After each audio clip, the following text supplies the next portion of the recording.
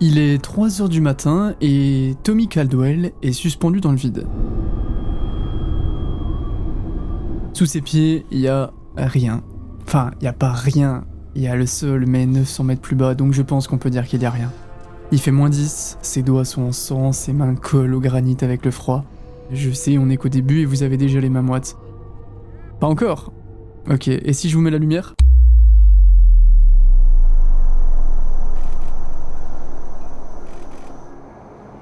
Ouais, vous avez les mains moites. Dans quelques heures, il va essayer de terminer la voie la plus dure jamais ouverte en libre sur une grande paroi. 900 mètres, 30 de longueur, et surtout 19 jours de grimpe. Et pas n'importe quelle grimpe. On est en Californie, et ça, c'est le parc Yosemite. C'est un grand parc naturel de 3000 km² entouré de falaises et... c'est magnifique.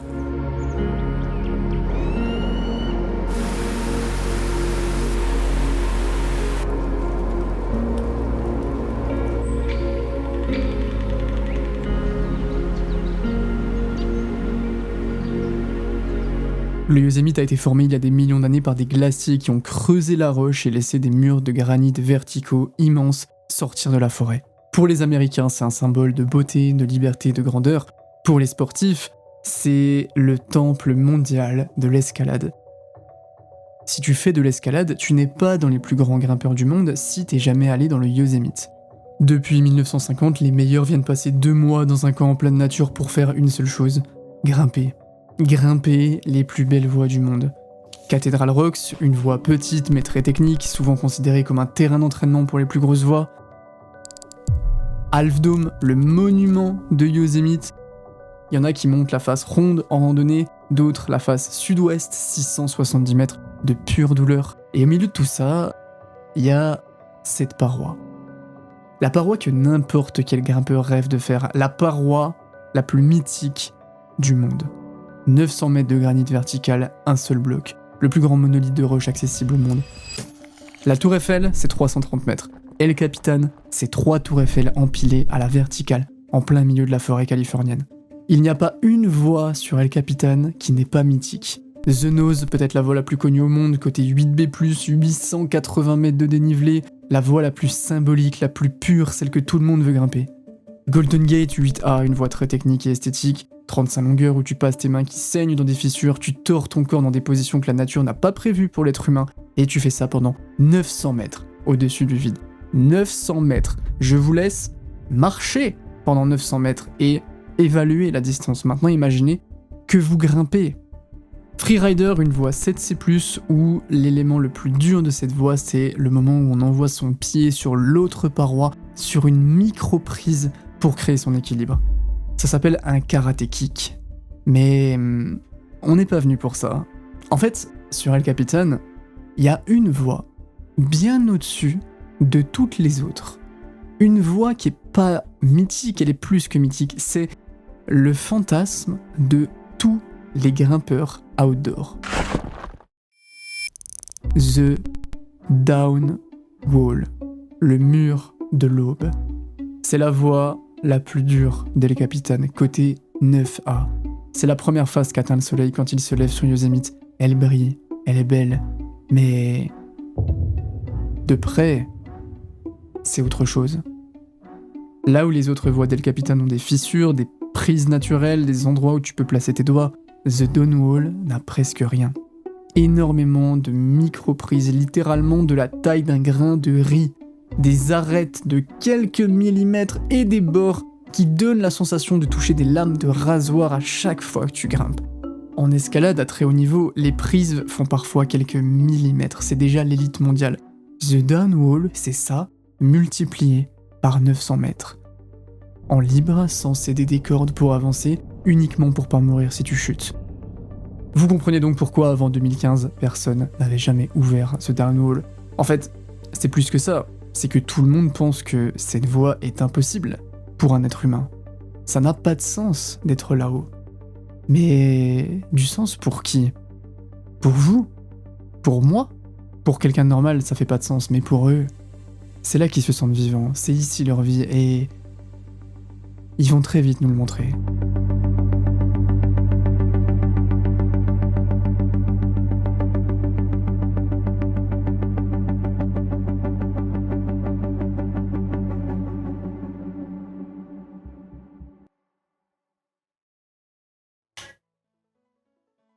Faites quoi? Vous voulez la suite de la vidéo?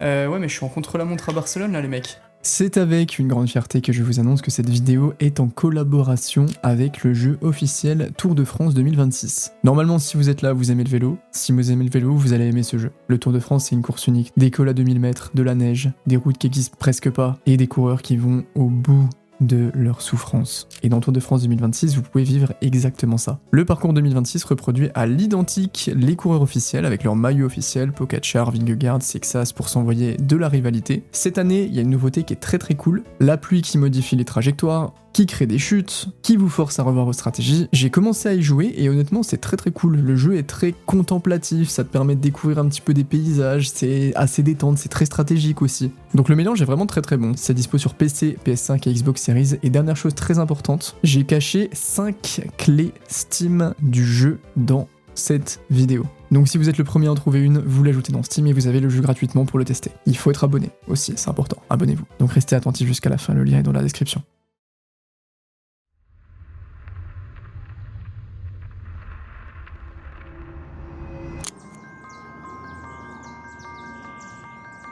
Mike Caldwell est guide de haute montagne. C'est un sportif, une espèce de colosse, ancien bodybuilder devenu alpiniste. Il passe ses week-ends à escalader des parois rocheuses et il rentre le dimanche soir avec les mains en sang après des sessions de plusieurs heures de grimpe. Tommy, son fils, est un enfant fragile. Si fragile que ses profs disent à ses parents qu'il souffre d'un retard mental et qu'il n'apprendra jamais rien. Alors, oui, c'est pas très pédagogique et Tommy prend son temps. Il ne commence à ramper qu'à 2 ans. Il est lent, il est timide, il est pas là. Mais pour Mike, le plus beau cadeau qu'on peut faire à un enfant, c'est lui apprendre la résilience. Transformer la souffrance en croissance. Donc à 3 ans, Tommy dort dans des grottes de neige en plein hiver. À 6 ans, il est déjà suspendu aux parois géantes de Yosemite. Son père le fait souffrir pour qu'il s'endurcisse, pour qu'il apprenne à tenir bon. Vous vous doutez que ça crée un individu un peu spécial. À 14 ans, il réussit déjà des voies que son père ne passe plus. The Diamond, la face nord-est de Longs Peak dans le Colorado, 600 mètres de granit à haute altitude, une des faces les plus techniques des États-Unis. Quand il échoue, il revient et il recommence. Et l'enfant en retard a peut-être trouvé le domaine dans lequel il peut grandir. 2 ans plus tard, Tommy va au Snowbird Invitational, l'une des compétitions d'escalade les plus prestigieuses des États-Unis, là où les meilleurs grimpeurs du pays s'affrontent sur des voies artificielles. Il y va pour regarder, pour demander des autographes à des pros qui font ça depuis des années. Sauf que, la veille, Tommy s'inscrit à une petite compétition amateur, juste comme ça pour rigoler. Comme quand tu t'inscris à un tournoi de pétanque de ton village, c'est pour rigoler. Pour rigoler? Non, ça n'existe pas. Pour Tommy, il y va et il gagne. Il surprend tout le monde et, vu qu'il a gagné, il se retrouve invité à affronter les pros le lendemain. Les icônes mondiales de l'escalade de l'époque, les meilleurs, face à un ado tout maigre qui sort de nulle part, qui était juste venu pour regarder à la base. Son père le filme et, à travers la caméra, il voit son fils être le seul, l'unique grimpeur à atteindre le sommet. En une journée, il passe de l'anonymat total au statut de meilleur jeune grimpeur de la planète. Et ça ne fait que commencer.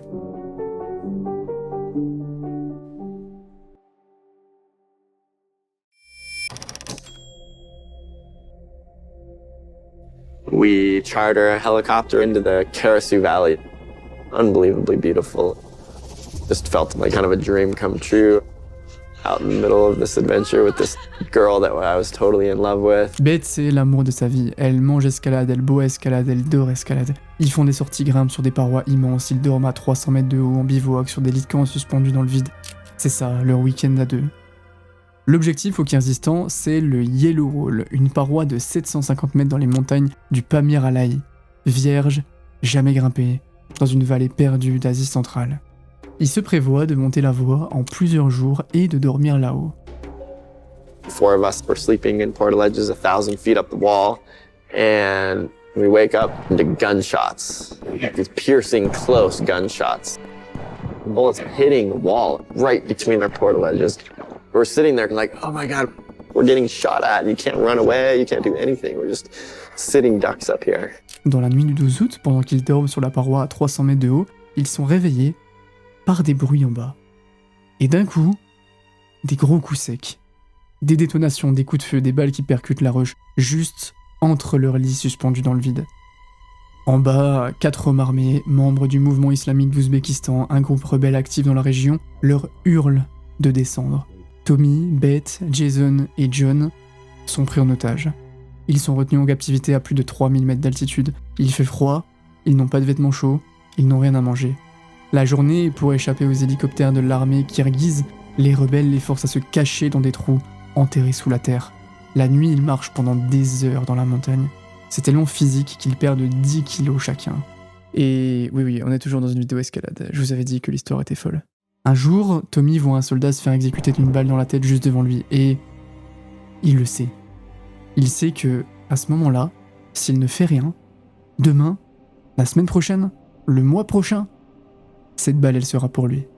I decided that this was what I had to do. I had to go and I needed to push this guy off this cliff in order to save our lives. So I just ran up behind him and I put one hand on his back and grabbed his gun strap, and my other hand went on his chest, and I just gave a push to send him flying off this cliff.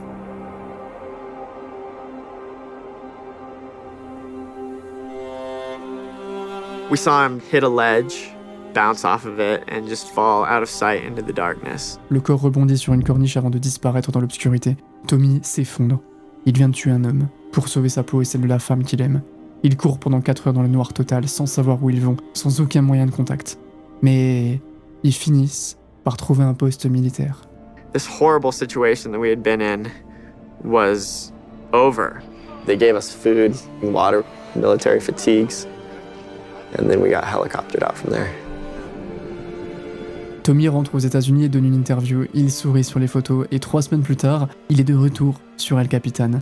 Pendant des années, il ne parle pas du Kyrgyzstan publiquement. What happened at that moment when you realized I've actually done this? I've killed somebody. You know, I thought that I was an evil person. I said to Beth, I was like, how can you love me after I did something like this? And after Kyrgyzstan, Tommy had tremendous personality changes. I was like, what is inside me that allowed me to do this?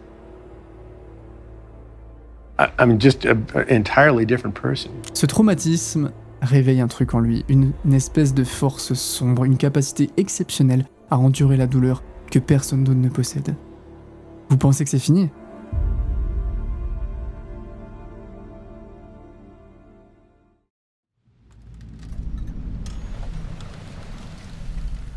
J'ai une question pour vous. À votre avis, qu'est-ce qu'il faut à un mec ultra fort en escalade pour être ultra fort? Genre, le fondamental absolu. Ne pas avoir le vertige, ouais, logique. Avoir de la force dans les jambes, dans le dos, ok. Mais c'est quoi ce dont on a vraiment besoin pour grimper? L'élément central de la discipline. Réfléchissez-y. Après le cauchemar du Kyrgyzstan, Tommy et Beth essaient de se reconstruire une vie normale. Pour se changer les idées, ils rénovent une petite cabane. Tommy utilise la vieille scie circulaire de ses parents. Il galère un peu, il essaie de pousser un petit morceau de bois à la main. I heard Tommy scream. I fucking cut off my finger, I cut off my finger. Completely cut his finger off instantly. It was over in the bushes. Beth retrouve l'index dans l'atelier. Ils le mettent sur de la glace, fonce à l'hôpital. Et pendant 2 semaines, Tommy fait 3 chirurgies pour tenter de le réattacher. Mais ça sert à rien. C'est terminé. This one doctor who was a climber came in and told Tommy that he was going to have to come up with a new career now. There's no way he was going to make it as a climber. Pour un grimpeur, c'est terrible. Mais avec son père le colosse et tous ses entraînements quand il était petit à manger de la neige dans les températures débiles, vous pensez qu'un doigt en moins ça va l'arrêter? Tommy construit une machine de rééducation dans son garage. Il passe des semaines à tout réapprendre. Comment tenir une prise avec une main asymétrique? Comment redistribuer la charge sur les 9 doigts restants? Comment ajuster l'utilisation des jambes pour réduire le poids sur les mains? 2 ans plus tard, il ouvre Flex Luthor, l'une des voies les plus dures des États-Unis à l'époque, côté 9A+. Je sais pas si vous avez déjà fait un peu d'escalade. 9A+, c'est au-delà de ce qu'on peut imaginer en termes de difficulté. Flex Luthor, c'est une voie que Tommy n'avait pas réussi avant, avec 10 doigts. Et là, il l'a réussi avec 1 de moins. Il est monstrueux et il devient encore plus fort. Au Yosemite, il enchaîne les voies les plus mythiques. Salatewall, Zodiac, The Nose. Monsieur El Cap est une machine de guerre au sommet de son art. Et c'est peut-être le meilleur grimpeur du monde à ce moment-là. Encore une fois, avec 9 doigts. Things are going seemingly really well, at least from my mind. I think there's a natural growing apart. I think going through a super intense experience like Kyrgyzstan. I mean, we were so young. Years later, there's probably a lot that started to come out. And at some point, the climbing we had wasn't enough glue to hold it together anymore. Eventually, she started feeling something for somebody else. And I don't know how to summarize this. This is a kind of hard thing to talk about, but that relationship with her and this other man just solidified in a way that she couldn't walk away from that anymore, and she wanted that more than she wanted me. Le seul problème quand t'es au sommet, c'est que t'as qu'un endroit où regarder. Tommy est anéanti par le divorce. Il prend sa voiture, roule jusqu'au bord de la vallée de Yosemite et regarde El Capitan. C'est tout ce qui lui reste. Et il a déjà tout grimpé, tout affronté, tout vécu. Attends, pas totalement tout. Vous vous souvenez ou pas de la face que le soleil éclaire en premier quand il se lève le matin ?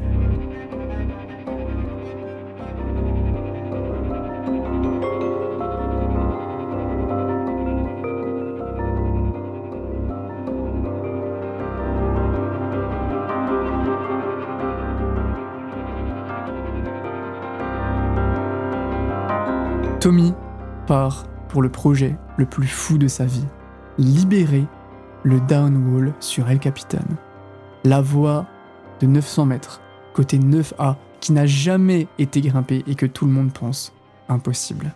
Il passe un an entier suspendu là-haut sur ce projet, à chercher un chemin dans ce labyrinthe de granit, un passage qui théoriquement n'existe même pas. Une quête obsessionnelle, une manière de transformer sa tristesse émotionnelle en lutte physique, pour transformer la souffrance en croissance. Sauf que tout ça, c'est trop gros. Personne n'a réussi, et encore moins une personne seule sur un projet aussi gigantesque. T'as beau être le meilleur dans ce que tu fais, il y a quand même des chances que tu finisses par atteindre une limite. Il lui faut quelqu'un, un partenaire, un autre dégénéré, capable de mettre des années de sa vie sur un projet dont il a aucune idée de s'il le réussira. Kevin Jorgeson est un Californien spécialiste des blocs courts et intenses sans grande expérience de la grande paroi. Tommy lui dit « Écoute Kevin, j'ai besoin de quelqu'un pour travailler avec moi sur un projet. Et est-ce que tu as envie ?» Kevin accepte et ensemble, ils passent 7 ans à étudier chaque millimètre de la paroi. Ils dorment suspendus dans le vide, ils s'entraînent la nuit pour que le froid rétracte la gomme des chaussons et lui donne plus d'adhérence. En 7 ans, t'as le temps de naître, d'aller à la crèche, d'apprendre à marcher, à parler, à lire, à compter, à faire du vélo, à nager, de passer du berceau au CP. Eux, pendant 7 ans, ils s'entraînent sur le même mur.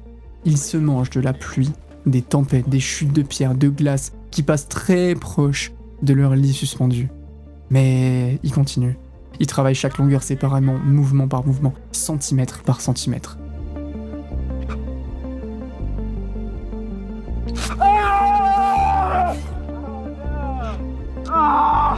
Ouais, je sais, là les mains sont très mouillées et je suis désolé, mais c'était juste le début. Ça fait 7 ans que Tommy et Kevin prient partout, 7 ans à tomber, à revenir, à apprendre chaque prise par cœur, chaque millimètre, chaque erreur, 7 ans pour arriver ici et réaliser le plus grand exploit de l'histoire de l'escalade. On charge les sacs, les cordes, la bouffe, les kilomètres de ruban adhésif pour les mains, on lève les yeux, et 900 mètres au-dessus d'eux, The Down Wall. There's one way to get across, and it's made up of all these little sequences that have to be done perfectly. You miss a hold, it's impossible. L'objectif est terrifiant, faire une ascension en une seule poussée sans jamais redescendre au sol jusqu'au sommet. Combien de temps ils vont mettre pour arriver en haut? Et surtout, est-ce qu'ils vont réussir à arriver en haut? Les prises sont tellement fines que tu te coupes les mains à chaque fois que tu essaies de grimper. Tous les soirs, ils nettoient les coupures, ils appliquent de la crème cicatrisante et ils espèrent que la peau repousse assez vite pour recommencer le lendemain. Ils atteignent le pitch 10 en 3 jours. Et jusque-là, c'était presque facile. Mais plus ils montent, plus les prises deviennent minuscules, toujours plus coupantes. Ça, à la limite, c'est un détail, ils le savaient. Non, le vrai problème, c'est le point le plus dur, le plus technique et le plus dangereux de toute l'ascension. La traversée. À 300 mètres de haut, il n'y a plus de fissures, il n'y a plus de recoins qui peuvent servir de prise. Ils doivent traverser 90 mètres sur la gauche pour rejoindre une autre série de formations rocheuses et continuer la montée. Sauf que, comment tu fais pour traverser cette section de 90 mètres à 300 mètres de haut où il n'y a littéralement aucune prise pour s'accrocher? Pendant 6 ans, ils ont essayé de trouver une solution de franchir ce col. Thousands of tries on that single pitch. And never done it. Ils n'ont jamais réussi. Pas une seule fois. Ils ont commencé l'ascension finale en sachant très bien que ce moment, ils ne l'avaient jamais réussi.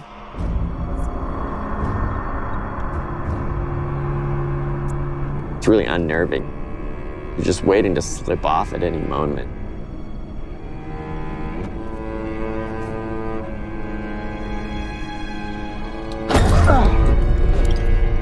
Ils doivent enchaîner une succession de prises, de mouvements et les exécuter à la perfection. Si tu rates une prise, c'est fini. Si tu te places mal, c'est fini. Tout est calculé au millimètre. We're trading attempts. Tommy ties in and just flips that switch.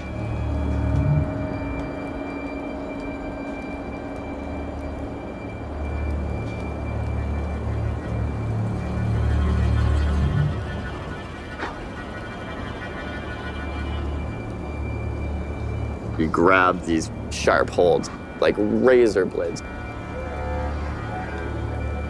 Come on.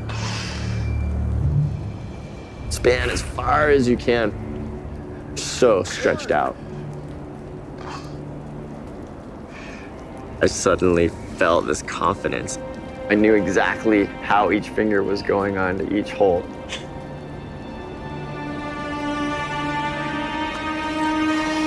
After years of working on that pitch, it just came together in this amazing, magical way.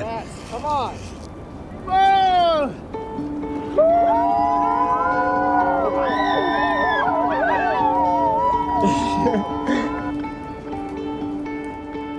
Le niveau qu'il faut pour réussir à faire ça est indécent. Pour la première fois, en 7 ans, ils ont peut-être une chance d'arriver au sommet du Down Wall. Kevin essaye plusieurs fois en pleine nuit, il est concentré, il oublie la hauteur, mais ça passe pas. Il réessaye, ça passe pas. Il reste bloqué pendant des jours sans jamais y arriver.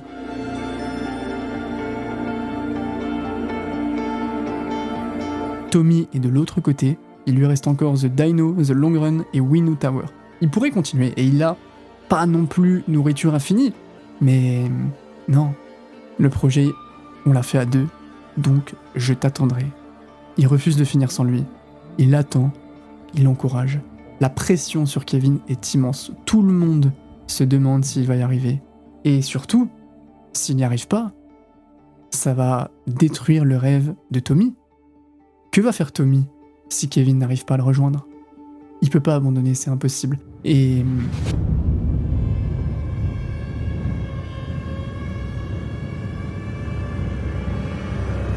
I don't remember the first 50 feet of that pitch.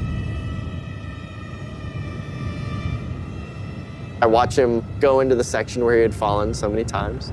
I just hold my breath.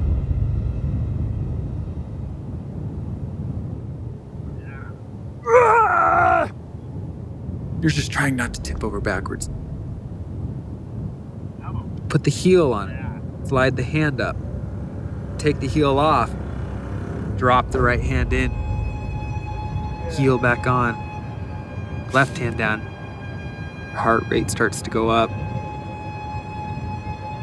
My adrenaline starts going because he's still hanging on in this place that he had fallen so many times. Yeah, Kevin!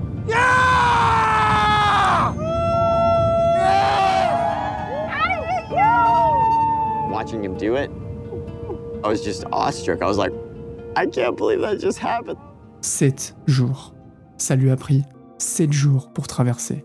7 jours sans marcher, sans pouvoir se déplacer dans des conditions catastrophiques. Tommy avait commencé à monter, puis il est redescendu, toujours pour attendre, jusqu'à ce que Kevin passe enfin la traversée. 2 exploits en 7 jours, sur la voie la plus difficile au monde, jamais ouverte par l'homme.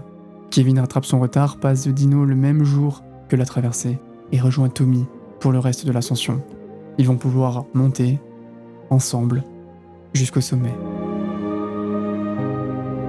After 19 days, Tommy Caldwell pulling himself over the edge of the Don Wall.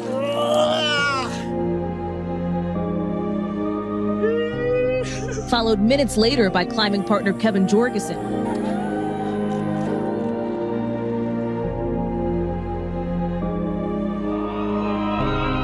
And the crowd cheered as the two men accomplished a feat many said was impossible.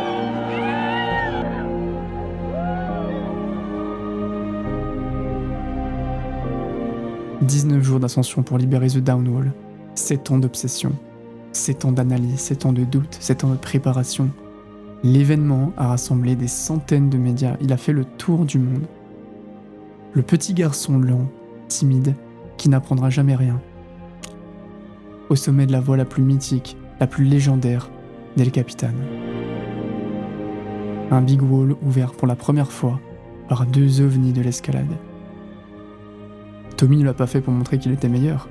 Il l'a fait parce que là-haut, il y trouvait du sens. Il retrouvait du sens à sa vie après sa prise d'otage, après les événements très difficiles qu'il a passés là-bas après son divorce. Vous vous demandez peut-être combien ont réussi The Downwall après ces deux-là. Dites-vous que ça se compte sur les doigts d'une main. D'une seule main.